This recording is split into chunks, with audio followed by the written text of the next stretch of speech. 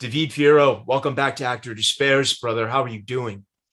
Thank you. Thank you so much for having me back, Ryan. It's a pleasure to come on back and talk about stuff today.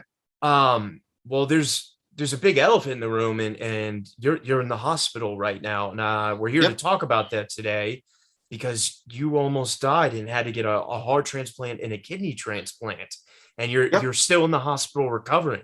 How long have you been in there now, man? It's been over a month, right? Oh, it's been longer than a month. I've been in the hospital for 2 months. This saga has been a crazy saga. It started off, I'm just going to say this now. Yeah. If you go get checked out by your doctor ever, and your doctor just casually says something to you on the way out, you should follow that up. So for the past 4 years, every time I leave my doctor's office for my yearly checkup, he goes, "You know what? You should see a cardiologist. I Mhm. feel like there's something weird going on with your heart."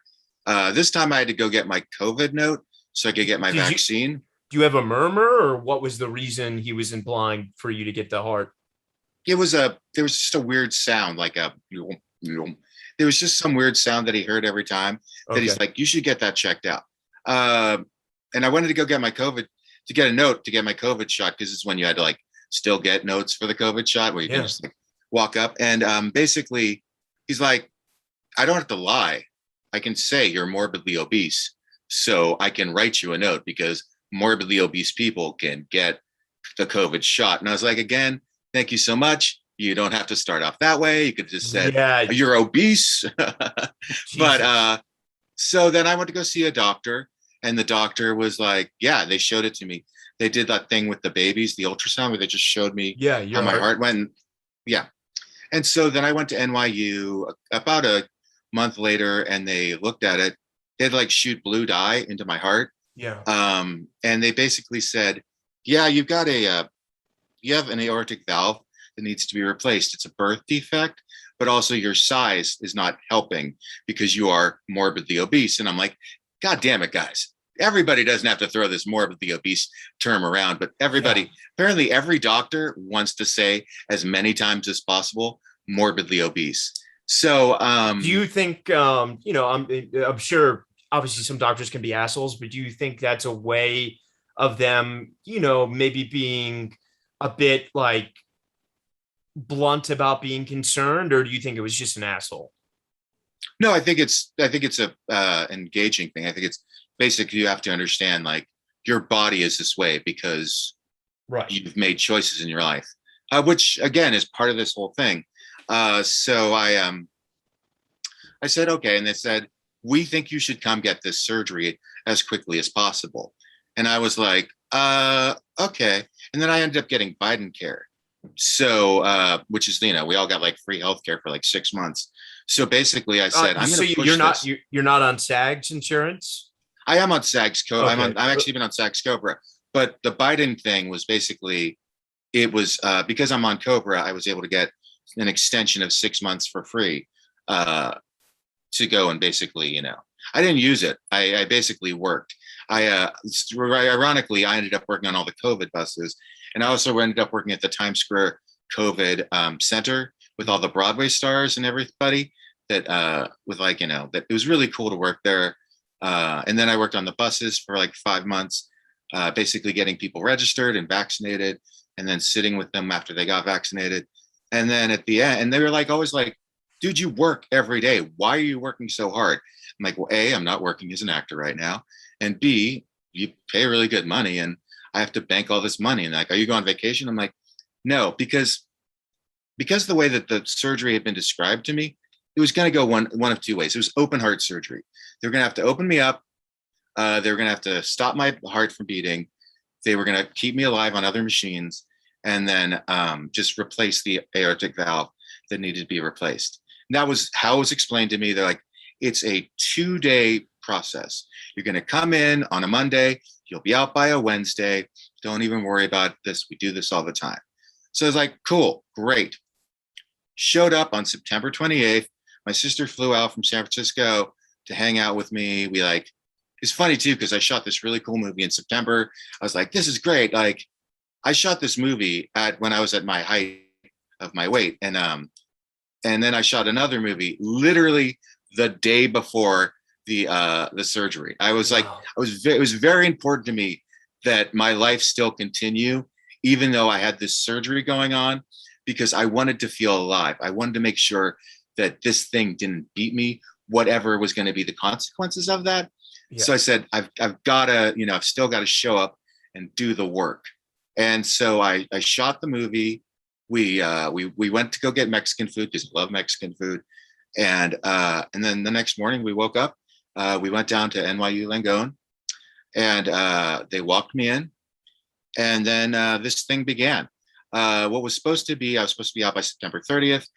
I'm still here.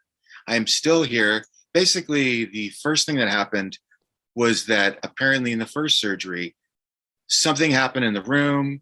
They don't know really, like, it's been very nebulous what happened, but I went into full cardiac arrest. And then they had to give me the paddles of life. And then they kept trying to work on me. But the thing is that I was very like out of it. I was very like, my system was not good. And apparently at some point in the whole thing, they blew out my heart. Like my heart had gone through so much, like that it got blown out. So this operation, just to be clear for the audience, it was supposed to be, probably what, 3 or 4 hours, and it went on for much longer than that. Yeah. Yeah. It was supposed, and basically, apparently in the end all be all, it also damaged my kidney too, one of my kidneys. And down the line in this period of time, basically this was the intro of the first 2 weeks of how long I was there. And in the first 2 weeks I was here, they had me on. You were not conscious for those 2 weeks, we should say. I was not. Yeah. Yeah. So let's talk. So you get the anesthesia, the procedure happens, and then I know we've spoken when I came and visited you that you have some memories of hallucinating, but you woke up 2 weeks later, right? Yeah. Yeah. They had me on like 4 different drugs, like ketamine. They had me on a bunch of stuff. And it was just like, it created all these dreams. And actually, I'm writing a script about this because it's such an intense dream. But the weird thing was it connected to things in real life. Like, for instance, when they gave me the paddles of life, I remember that. Can you, they gave it to me twice. You can't gloss over that. So they had to resuscitate you. Yeah, they had to resuscitate me.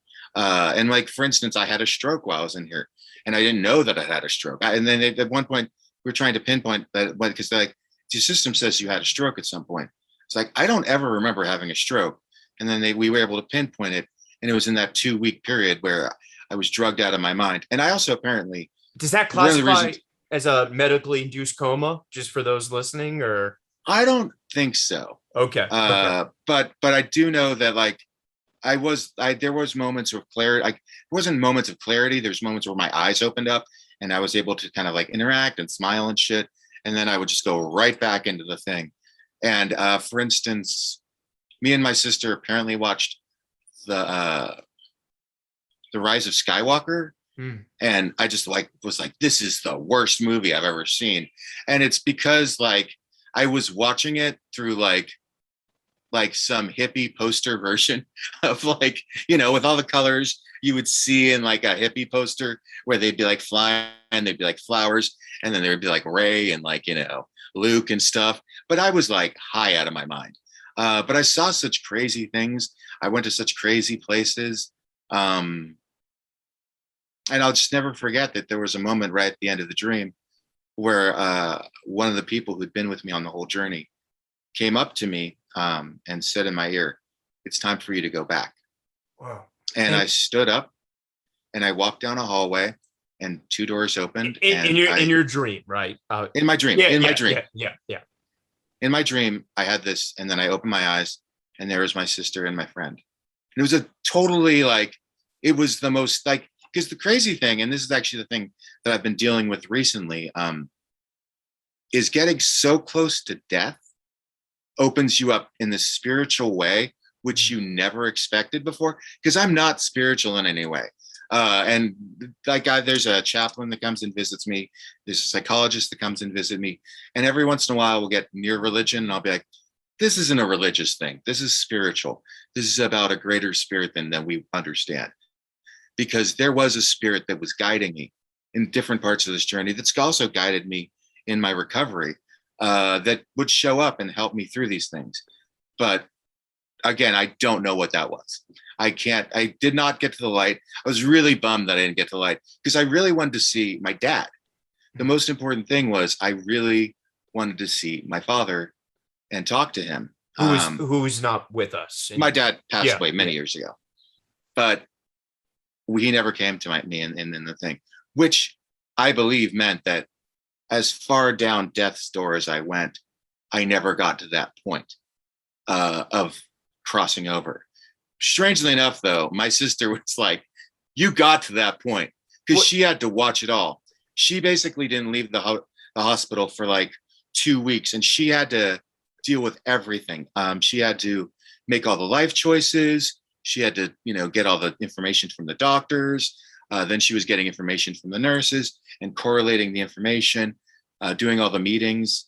In one meeting that she had with the hospital, they straight up told her I was the sickest person in the hospital, which is insane. Because we're in New York City. And I do want to say, because obviously you're one of my best friends, during those 2 weeks, for those of us that were in the, on the outside, not hallucinating, we weren't sure which way it was going to go. There was a big question mark for us. Would you say that's correct?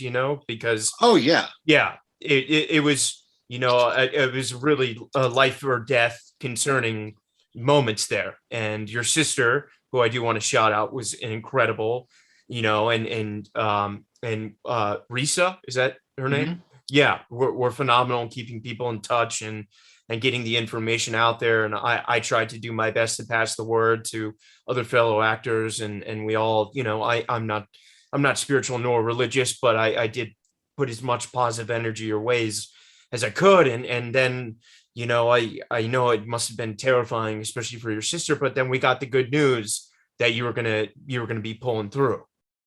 Yeah. And you brought me cookies, which is great. Well, and this was after. Yeah, this is after, yeah. So just to be clear, so you woke up, and at this point, when you woke up, you had not yet had a heart or kidney transplant. Is that correct? No, I woke up and I was connected to 3 machines. I basically looked like I was made of wires. One of the reasons also that they had me on all those drugs was that at one point I definitely was trying to pull all of the wires off of me, because like they had like these like breathing tubes and everything, and I just couldn't function. I mean, it was like I just kept trying to pull everything off, and like you can't do that. And I had one in my leg, and they were like, the one in my leg was the one that was majorly keeping me alive, and they were like super guarding that one because they knew if I pulled that thing, I was just a goner. Well, can you talk about that moment of coming to reality? Like what I mean, everyone, listening is probably never been that close to death. So when you wake up, do you have any idea of time, place, like, that time has passed and that, or do you think it's right after the procedure? Yeah, I did not know. I basically did not know that I'd lost 2 weeks. It took actually many days. Actually, the thing is, the nurses upstairs had to post the dates for me every day. And the note would say, today is Wednesday, this date. And, and they would basically like, look at that, because that's today's date.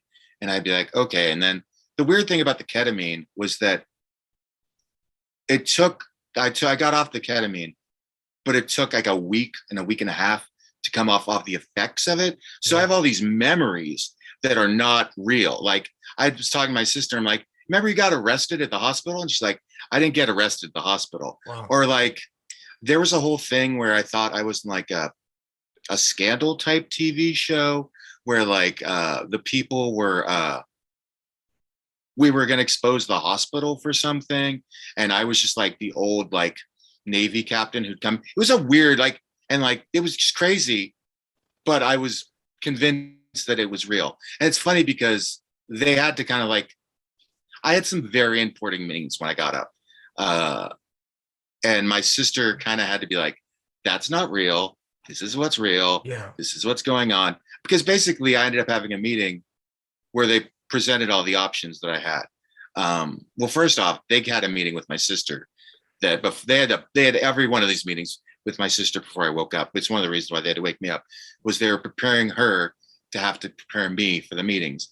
And like, so for instance, they came to her about the different options, and then palliative care came to her. And again, I don't know who's listening to this, if you have anything to do with the hospitals or anything like that, but if palliative care wants to talk to you, what palliative care is there for is dying with dignity. They were going to shut the machines off. And like, that was like, my sister was, I cannot talk to you, because palliative care had come to my dad's bedside and had the same conversation with my sister when they came. So she's like, I know who you guys are. I don't want to talk to you guys right now. But because they were prepared for me to die. It basically, because there was options, but they weren't great options. The first one was, and we talked about it, and the first one was, what is the first thing? Like, I just, for the audience, for my own, knowledge, what is the first thing they say to you when you wake up? Like, hey man, it didn't go well. This is 2 weeks later, and we got to figure things. Like, what? How do you address that? Everyone was like, basically, the first people I saw was my sister and our friend Jason Kirsten, and they basically they welcomed me back, and they told me so much information as they felt I could process, but I couldn't really talk. Like, it took a long, like, you had that tube. I remember your voice was like 2 octaves higher.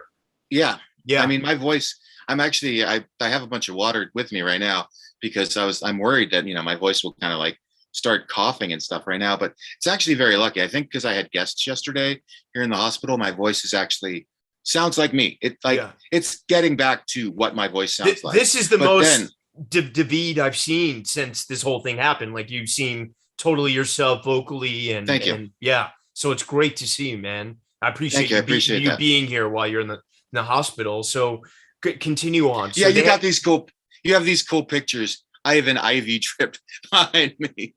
Well, we will get to this later, but the reason we're doing this is, pardon me, there's a fund for your health, and I really want people to know what's going on so they can contribute to this fund. I have donated myself, and it's imperative to me that we get you all of the money to be able to recover from this. So in order to get there, let's go back to the option. So you get briefed from your sister and your other friend basically about what's happened, and then you have a meeting with your doctors. What happens in that meeting? In the meeting, they basically present the options. The first one is what's called an LVAD. The LVAD is a temporary solution that some people find permanent, and I don't understand how you could, but it's basically like a backpack heart. And what they do is there's a tube in the back. So you pull out the tube, and it's filled with like just gross, like, like material from your heart, your blood, and stuff like that. And you can't even reach it. Someone else has to reach for it. Then they have to go clean it. And you also have to charge the LVAD before you can go out anywhere. You can never get the LVAD wet. You can't go swimming with the LVAD. You can't do anything, but the LVAD keeps you alive. And, I'm a single man who lives in New York. There was like, we have to get me a roommate at some point, but there's like no roommate that's going to move. And I'll be like, hey, I'll take $100 off your rent if you'll just like grab this disgusting slimy thing out of my back, go wash it, and then shove it back in there, and then you got to charge me for like an hour. So it's like the example of like a colostomy bag, but for a heart. Yeah, that's exactly what it is. It's just a big old gross bag that's in the thing. But again, some people live off of it. And then the big thing was a heart and kidney transplant, and we had to go back and forth about it, because I'd had the stroke, and also because, which happened while I was in the hospital, and because I'd had some other health stuff. They were like, also because I was also 307. I don't know if we got to the elephant in the room. I know we've talked about the morbidly obese. I'm going to say now, when I was admitted to the hospital, I was 307 pounds. I don't know if I said it, but 307 was what I weighed. So there was concerns about putting a heart in this body that I had. So we had a meeting, and in that meeting, right before the meeting, I had my sister grab a picture off the wall. It was like me and some friends. We took it the night before I came in, 2 nights before I came to the hospital. And I just posted, I looked at them and I said, this is the man that came into the hospital 2 nights before, like September 26th. And this is the man that I want to leave this hospital. And they said, don't worry, we got you. We got you taken care of. And then basically I was moved to a priority on the transplant list. So my sister had to fly out back to the Bay Area. And then my mom showed up. And she showed up just to be like, I'm going to be here to support you. My mom hasn't flown an airline in like 30 years. So she was freaked out of her mind. She's from New York, but she hasn't been here in so long. And she didn't even want to walk from the hotel. The hotel was like 34th and 3rd. And I'm at 34th and 1st. And she's like, can I get some people to drive me down? And like, it's just 2 blocks. Yeah, it's so funny. But she did get all the rides that she needed. But she was there, and she was there when they told me, we're giving you the transplant tonight. And so it became mandatory. It was no longer that other option was no longer an option. It was like, you need both a heart and a kidney transplant, a dual transplant. Yeah, because basically, well, first off, I'll just say when they presented with the LVAD, the backpack thing, I apparently just said, fuck no. Yeah. But I was like, I want a transplant. And then the thing about transplants is they have to transplant both. They can't just transplant one. And also there was damage that was done to the kidney in the process of the whole thing. With the new kidney or the old kidney? No, there was damage done to the old kidney. Okay. Basically all organs that were in had some damage from this whole thing. So it was recommended that they replace the kidney anyway. So they put it in. So, and also NYU is like the premier heart transplant hospital on the East Coast. Yeah. So like I was in the best place to get it done. And then you do have to, I just because this is so profound, I don't want to gloss over it. And I apologize for interrupting you, but to get a transplant, as sad as it is to say, someone has to pass away, correct? Yes. Yeah. Okay. I will never know the donor. Okay. I've asked about the donor. They will not, it's a confidential thing. And honestly, it's funny because when I know I'm jumping a little bit. I'm just doing to get back to this. But when I first woke up, I could barely eat any food, but all I could eat was like the vegetables. I was just eating the vegetables like voraciously. And I was like, I wonder if my donor was a vegan, but I'll never know. Yeah. But yeah, so they took me in for the surgery. And it was scary. I mean, like, look, the whole thing, there's not been a moment in this whole thing that hasn't been a terrifying thing. And when they took me into were you terrified, dude? I mean, they told you had to get a heart and kidney transplant. I mean, I would be like, what the fuck? Like, were you scared, or were you just like, if this is it, I got to do it, because, oh yeah. Wow. Well, it's a combination of the two. Like, there was a will to life that I had. And it actually started even in the ketamine phase. I skipped over this, but I remember that one nurse told me that one night I was asleep and I looked her dead in the eyes and I said, my name is David Fierro and I was on Red Oaks and I want to live. Great show, man. Great character. Hey, great show. Yeah. Apparently I just really want to brag about my resume when I'm on death's door. But so we went in for the surgery. I was terrified. I'd had some physical therapy before that, which had shown some promise. My legs were showing promise again, but they hadn't fully by the way, it's so funny. I say this when I talk to physical therapy about that. They're like, we had like 18 people helping you up, but you were up and you got to do some things. And I was like, I don't remember that at all. I just remember doing dim bones. Before or after the transplant? This was before. Because I basically I was there for like a week before. And then I went in for the transplant. How is it when you get the news that you're getting it? Are you over the moon? Like, because you're waiting, right, for one to be available, and then you get the news and it's coming to you, was there ever a concern that like you may not get it in time, or was that not, because of NYU's proceduralness, was that not really a concern? You know what I think it was that they had me on 3 machines and they knew that it was not sustainable. And so that bumped me to the priority list because they knew that they decided that they were going to do the transplant with me, and that the options they had were pretty unviable. I also, by the way, signed up for everything because they have like different options. Like, if you are you okay with getting like transplant from someone who had Hep A or Hep C, and I didn't even know there's a vaccine for Hep A and C because I've actually started the process of getting the vaccines for Hep A Yeah, and Hep C. I But haven't. yeah, but like they started the process with me. So basically, I was like, I'll take any heart that comes down the line. I didn't have to take any heart. The heart that they presented me was a great heart. Yeah. But basically, yeah, we went in.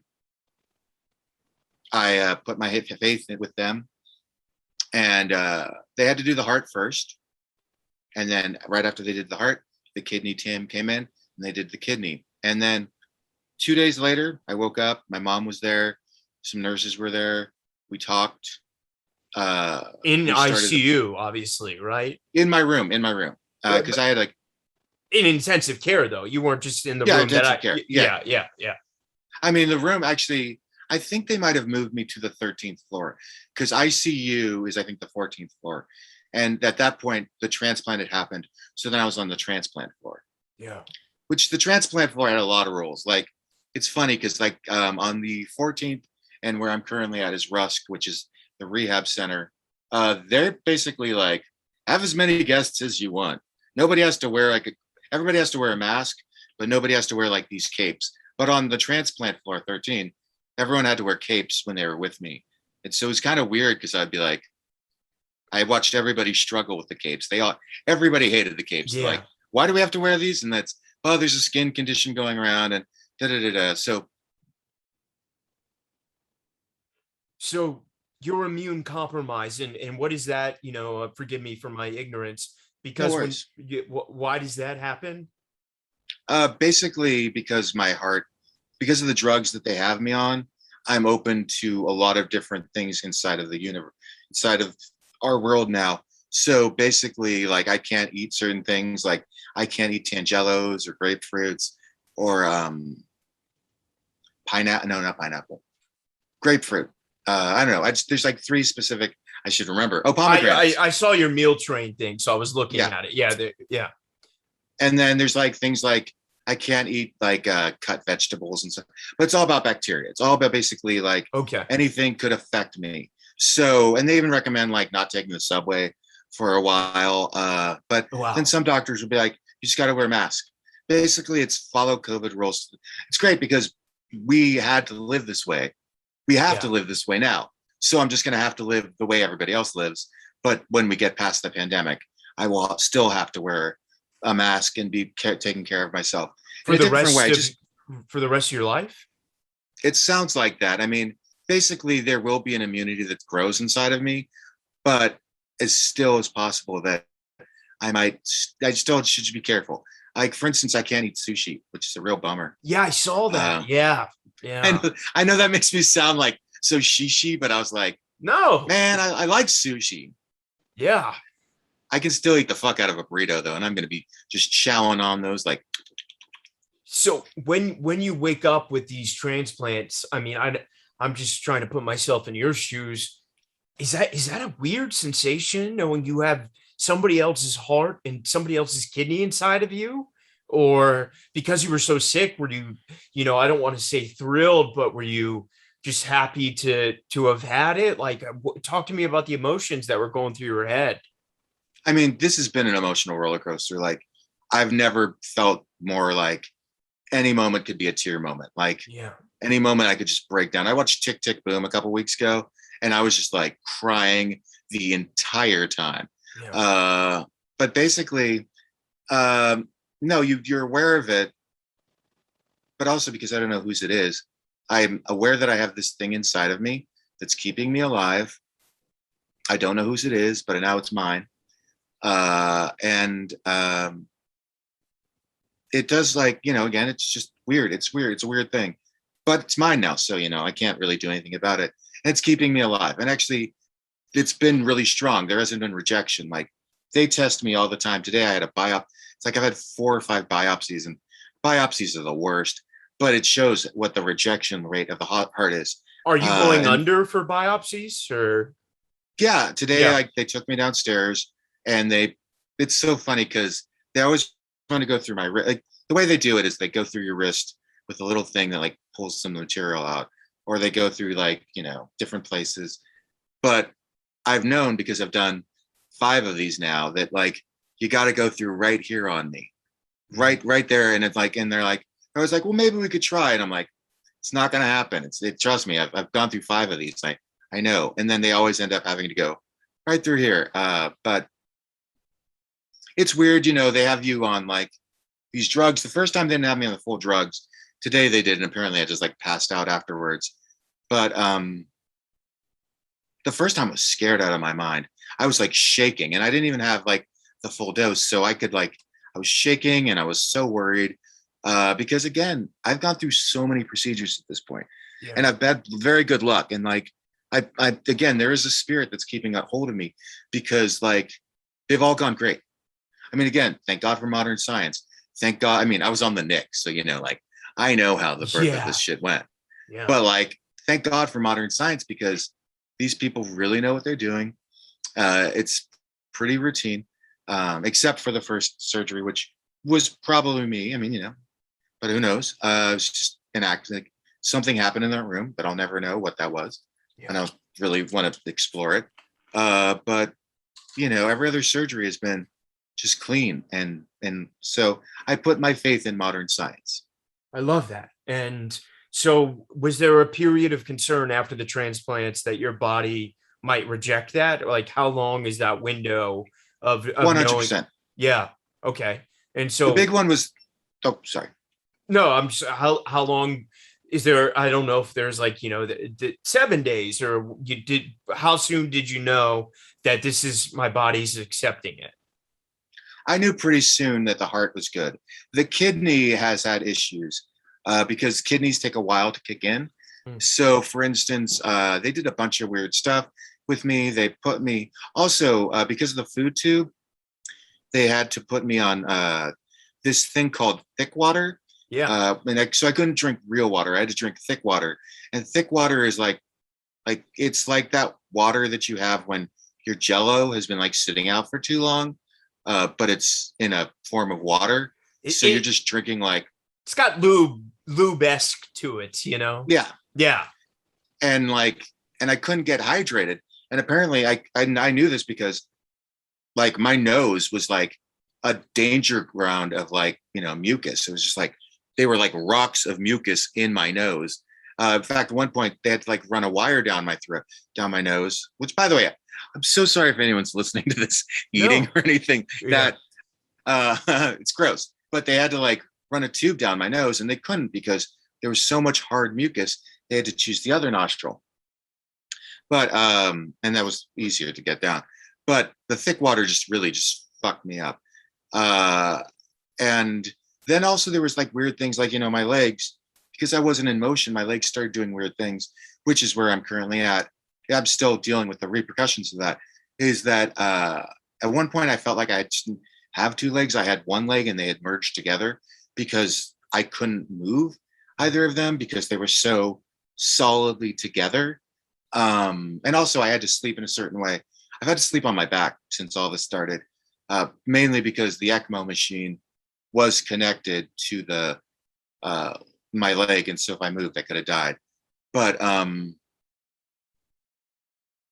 which again is its own terror. Like, I'm gonna go sleep, and maybe tonight I'll die. Yeah. But I tried to stay as positive as possible. There were dark days, and there's always dark days. And then I just would watch a lot of TV. I watched so much bad TV. I think I went through the entirety of Beat Bobby Flay and Wow. Diners, Drive-ins, and what's the third thing?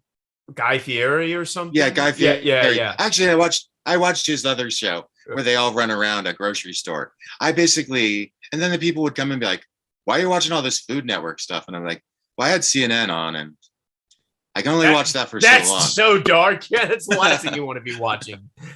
It's like, this sucks. I'm going to go watch food that I can't eat. There was like one thing where it was like they did a grilled cheese sandwich with like mozzarella sticks. And I was like, who the fuck eats this shit? But yeah, it just took my mind off the thing. And then I have to sit for 8 hours each day in a chair, which is much like this, so that all the stuff that's in me could start just flowing out of my body. And so that I could start creating my spine again. And then we went into rehab and OT, which is occupational therapy. And it's crazy because, to actually have to like start using these things in your body again that have been kind of just laying in wait. With occupational therapy, they taught me how to brush my teeth again, which is insane. Wow. That's crazy. I'm a 46-year-old man that had to relearn how to brush his teeth. They tried to put me on a toilet one day, and I cried more than I've ever cried in my life because I could not get off the toilet. Sorry. Because I hadn't learned. I mean, basically, the thing is, each thing was a thing I hadn't learned. And the nursing staff, some of them were really nice. Some of them were really mean. And they'd be like, I can't believe you don't stand when people aren't around. And I'm like, I wouldn't do that. Like, I've talked to my therapist. My therapists were very clear about what I should or shouldn't be doing. And my therapists were great. They really taught me so much. And it's funny because at the beginning of therapy, I learned to channel my anger, because I learned that I had so much anger about what had happened to me. And that if I could channel that, because they would pick me up and I'd be like, come on, you fat piece of shit. Get up, you fat piece of shit. They would say that to you? I would say that. I would say that. I was going to say, I'm coming to pay him a visit. What the fuck? I would say that openly because I knew that I had to get off these things, like get off the chair, move this way and do this stuff. And they'd be like, you can't talk to yourself that way. You can't talk to yourself that way. And so then we started doing these things like where they would make me stand and they would try and see how long I could stand. At the beginning, I would just play Rage Against the Machine and DMX and like Wu-Tang. And I'd just be like, really, especially like People of the Sun, because I'm Mexican. And I was like, this is for the people of the sun. Yeah. And then it's so funny because I went through the whole anger phase of being like, ah. And then one day they came in and they're like, okay, David, we're going to get you back up. We're going to have you stand. I was like, cool. And I put the first song from La La Land on, Another Day of Sun, which is like the happiest song you're ever going to. It's like, and I was so happy. And they're like, what happened? Like, you've been listening to this aggressive music and now we're listening to this happy music. And I said, I made the choice to live in a world of light and not in a world of darkness. I chose positivity. We're going to solve this, but we're going to solve it through positivity. And it just shifted everything for me in the process of doing everything. That moment forward, when you had that moment forward. Yeah. Yeah. Because like every time, and I did take things personally when I couldn't do things, I took it personally, but they're like, you can't take it personally because you're on a road. You're not there yet. You're learning the steps you have to do. And basically when I was on the 13th, rehab was about doing the things. It wasn't about precision. It was, and I liken it to when your friend does his first Shakespeare monologue, he's like, I've never done this. I'm just going to do it. And they get through everything. They say it, but they don't know the words. They don't know what the phrases mean. They don't know where to breathe. They don't know anything. They're just like, this is what I think this is. And I'm just going to read it and get it out. And that's what therapy was on the 13th floor. It was all about like, just, I got to get it out. I got to do this thing. I'd like walk all over the place. And then when they brought me down to rehab on the 9th, like upstairs, I was walking like 500 feet a day, which was, and that was expected. Like, you should be walking that much. And when I came down here, we'd walk 40 feet a day. I'd Wow. be like, what happened to 5, 10 feet? And be like, well, we're not focusing on getting you around. We're focusing on your foot placement, and we're focusing on how you breathe while you make the movements. So again, going back to the Shakespeare metaphor, down here on the 9th floor in rehab, it's like when you've been trained and you approach material and you're just learning how to best find it in your body through your training. And it's about refining things and relearning aspects of it and being like, okay, that's what this means and this and this and this. It makes it, you can make it make sense. You Got can it. emotionally connect to Eh, it, which is actually funny. I was going to say, obviously, once you started getting busy in these things, given the fucking nightmare of the non-universal healthcare we live in America, at what point did, your sister or the doctors or the hospital bring it up, like the fact about, a gigantic bill that was going to present itself at some point? Did that enter your mind at any point, It's the thing that I know is coming because basically I know that it's on its way. Because I remember when I got that surgery in April, they're like, you're good, you're all covered. And then one day I was sitting in my kitchen, like making some food, and I got an email that says, you owe us $2,000. And I was like, I knew that was coming. But this isn't going to be a $2,000 thing. I've been here for 2.5, well, a little like 2 in a week of 2 months in a week time. So like when this bill comes, it's going to hurt. And I know that, but I can't, if I focus on that too much, I cannot get back on the road to recovery. I mean, that's going to come.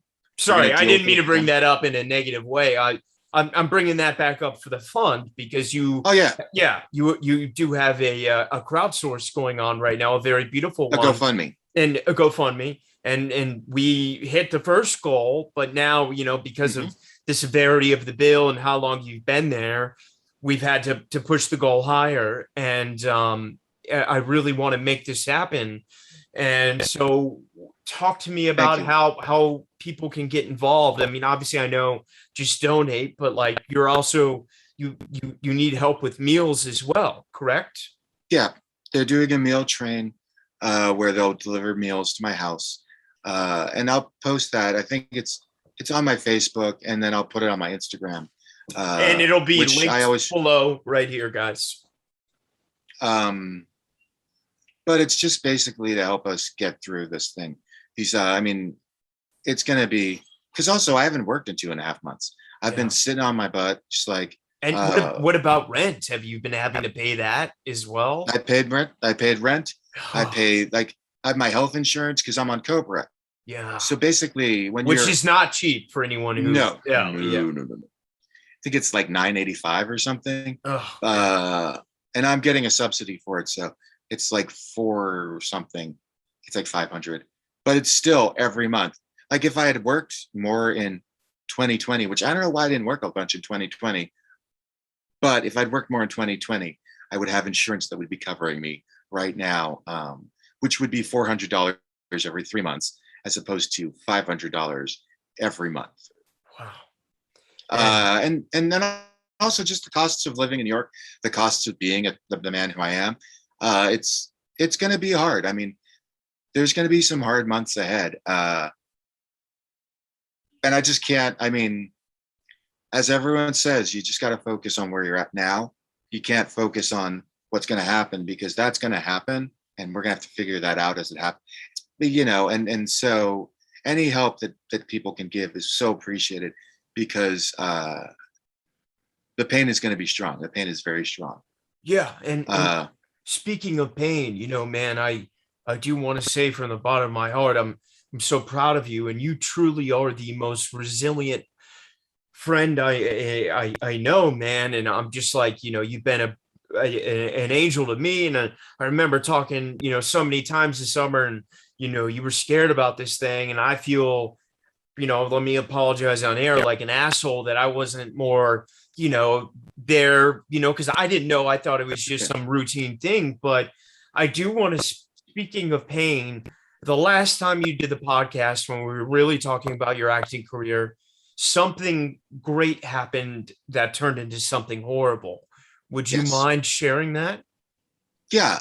Basically, I was walking in to do the podcast with Ryan, and my agent informed me that I was being tested for this TV show called Tommy, with Edie Falco as the lead, and it was going to be on CBS. And I was like, "What does that mean?" I was like, "Oh shit!" She's like, "You can't tell anyone." I'm like, "I'm not telling anybody." We went and did the podcast. I was like super happy and like super like light on the podcast, and that's because I was like, I don't know what's going to happen, but I'm Yeah. being tested for this My, TV my, show. my life's about And to change. yeah. And then that night I was taking the subway home, and it's a whole day of like, what do we know? Have we heard anything? What do we know? And my agent called me and she's like, "You're flying to LA next week, just so you know.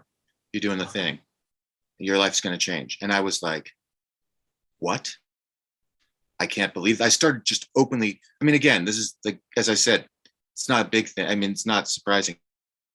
Openly weeping at the train station. Just I could not stop weeping out of joy. And then I flew out and I met everybody. They had to like fit me for the suit. Because you played the That mayor, right? I Or played the mayor, played yeah, Buddy yeah. Boyardi, which is not the name that they ended up going with. Oh, by the way, I'm so sorry. Before I say the thing about the suit, I do want to say one thing. I know I said that I was morbidly obese and I weighed 307 pounds. I currently weigh 223 pounds. Oh my God. That's incredible, David. I had it's because of the hospital, the loss of muscle, the diet they put me on, but it's insane. Like when I walk out of this place, I'm not going to be playing the mayor in the fat suit. Yeah. Like I'm going to be playing different parts that I've never played before in my life Leading because man, opposite everything Anne has changed. Hathaway. It's gonna happen, dude. Everything has changed. But anyway, so I got the news. I went out to LA. I got the fitting. I had missed the reading. So my first scene, it was me, my henchman, and Edie.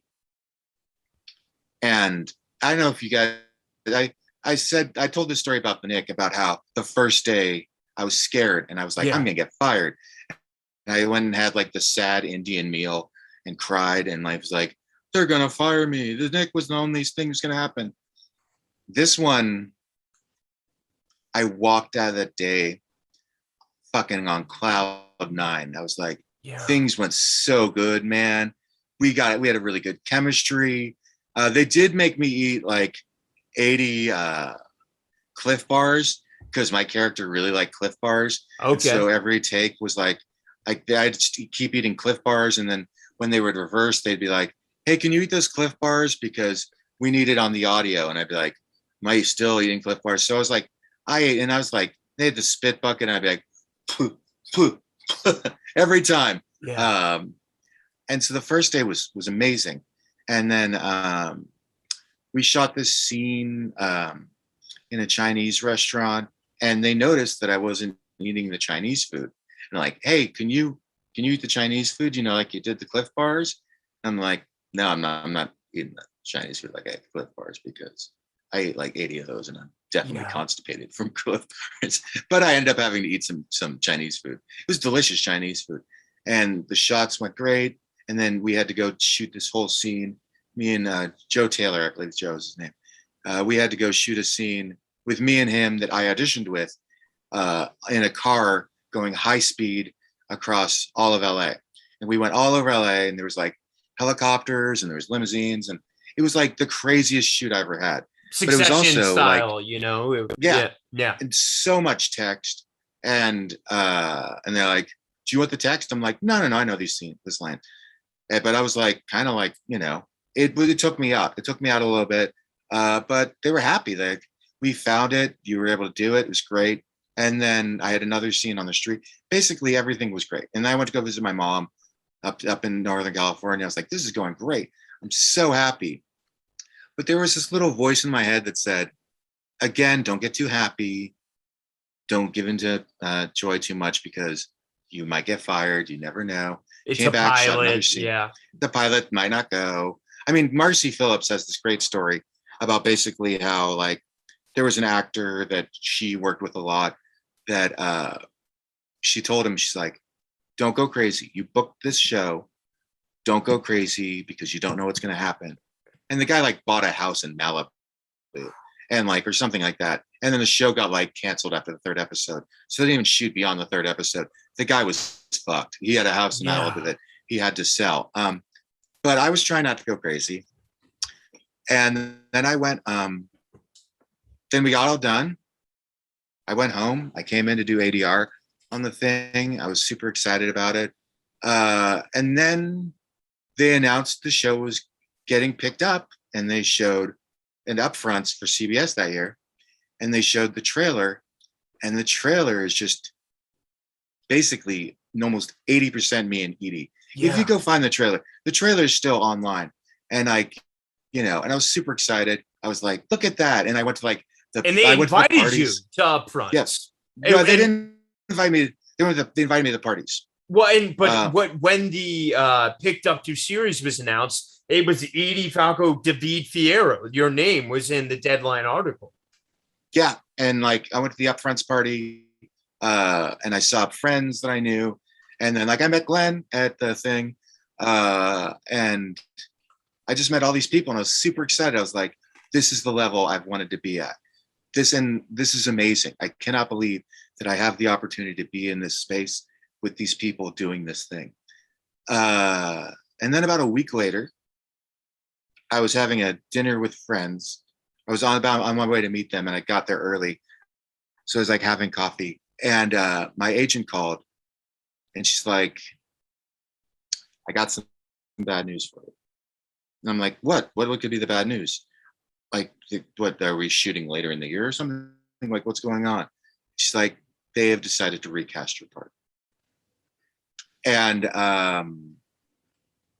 I couldn't believe it, and I couldn't say a word. I just like it hit me like a ton of bricks. And I went to go down to meet my friends, and that was the worst idea I could have possibly had, because I was sitting at the table just staring at them, and there was just tears like flowing down my face. And every once in a while I'd have to get up, go to the bathroom, breathe in the bathroom, and just like, you gotta hang it together, man. You gotta hang it together. Come back out, I'd be hanging out with my friends, and they knew. They're like, "Hey, you want some drinks? You want some chips? You want some like this?" And I'd be like, I couldn't say anything. My voice does this thing every once in a while when I get stressed out, which is like, and that's all you could hear was just like me, like growly voice being like, "I don't know what to do." And so I was just, all my hopes and dreams were destroyed in that moment. And I remember I went home, I walked through the parks. I just couldn't, And the worst thing was that you just said it. The Deadline posted like all these great things like David Fierro on, fucking, and then to see the reverse of being like, David Fierro is being replaced. Yeah, because you posted the status, and then all of a sudden you had to say, "Guys, this isn't working out," and we were all so angry. I mean, who does that to a human? It's part of the thing. That it's part of the whole thing. And like I can't fault anyone, because that was the piece that, like, for instance, again, 307, now 223. That character needed to eventually become a love interest character. Yeah. You can't put me, like, you just can't put me next to a beautiful woman at 307 and be like, "Oh, this makes sense. Oh, I get it. She really likes him for his personality." I'm not trying to be fattest.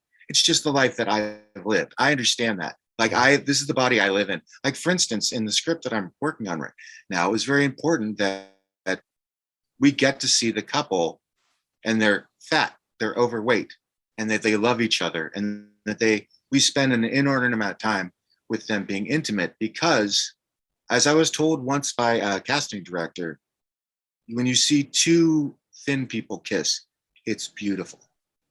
When you see two fat people kiss, it's hilarious. And I've never forgotten that.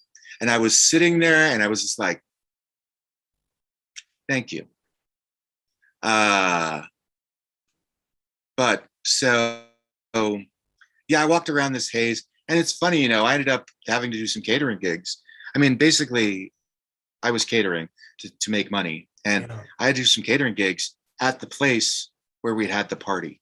Oh my God. And it was like the whole night was like, this was the place where all my dreams came true. And then this is the place where all my dreams are shattered. And it took a while to get out of that hole. I think it took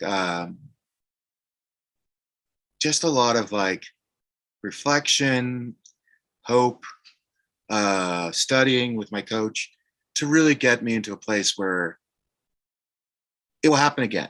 Yeah. It will happen And it will. again. And it's just, I just have to take more time, Yeah. breathe more, really be, and also be able to accept defeat. That's Yeah. the big thing. Is like there Yeah. are no guarantees in the job that we chose. Rejection, rejection, I did have a rejection. I did have a stalker who basically told me what a shitty actor I was and how fat I was. Well, And I was fuck like, that guy, and I'll find him thank out you and I'll so beat the much. shit out of him. It's all good. No, He, he's gonna be dead soon. Don't worry. But no, no, no, no. Let's not. Let's not. Yeah, I'm joking. yeah. I'll cut that.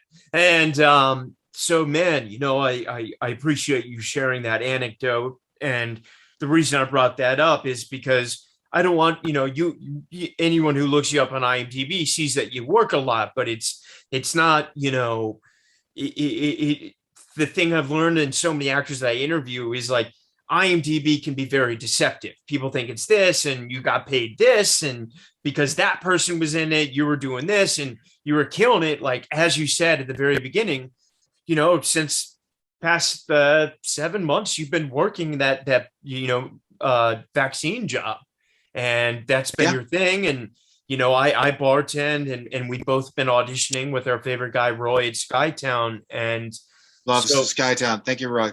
yeah, we love you, Roy. And so this fund, it is live, and what's the number we need to get to now?